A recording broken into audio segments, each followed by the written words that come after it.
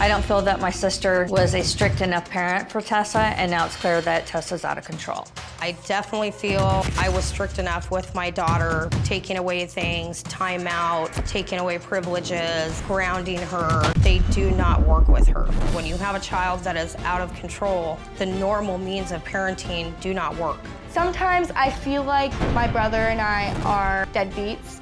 I just feel we're not as good as we could be. I feel like my mom could have raised us a little better. I do not think my mom should have had kids if she wasn't gonna take the responsibility of being a parent. Let's look at when you said, I'm renting out your room. I have a transcript of that. We'll take out the emotion of the yelling and screaming and just look at a transcript of that. Teresa, I need the blank room because we are blank sinking. It's not just about blank you. All you do is lay on your blank ass anyway. You can lay your blank ass on the blank couch out there. I've been doing this a long time.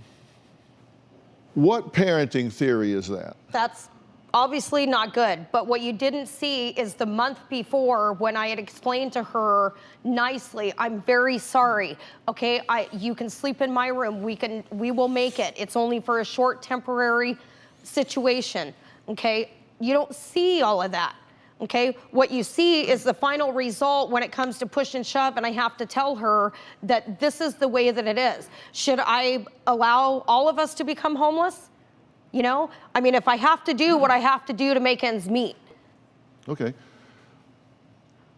Let me stipulate that for days in advance,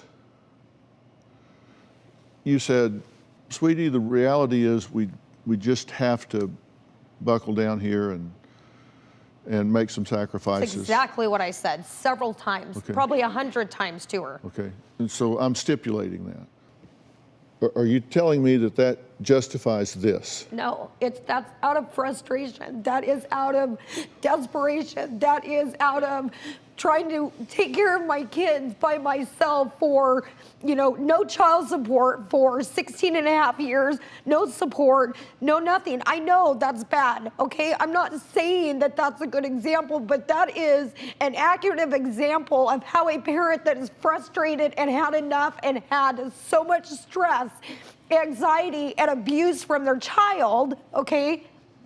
That's the final outcome. And I'm not saying that's right. I'm not saying that that's good, okay? But that's reality. So you're frustrated, and so you're saying that justifies this. She responds, this is my room. This is not your room. Yes, it is. You, inaudible, on blanking Saturdays, and I'm not gonna blanking deal with this blank, or you're gonna end up being out on the blanking street. Okay, now. For a month, okay? I stipulated that. No, but what you don't see is that for a month, this is when she had already dropped out of school. She's not doing anything, okay? I've caught her having sex in my attic with a boy. I mean, there's, you know, it's constant, Dr. Phil. Mm-hmm. I'm not saying that's right. I know that that's not good, but that is then pure why are you trying frustration. To justify it? I'm if being you real. acknowledge that it's inappropriate, if you acknowledge that that's wrong, then why are you defending it? I'm not defending it. I just said it's not right, okay? But that's real, okay? That is frustration. That is years and years of trying to deal with a child, and then now you're at the point because she's caused so much chaos, you're ready to lose your job and be out on the street because constantly this is a normal reality. Okay, you're an adult with the maturity of an adult, and you're in this situation and that's the way you're handling it.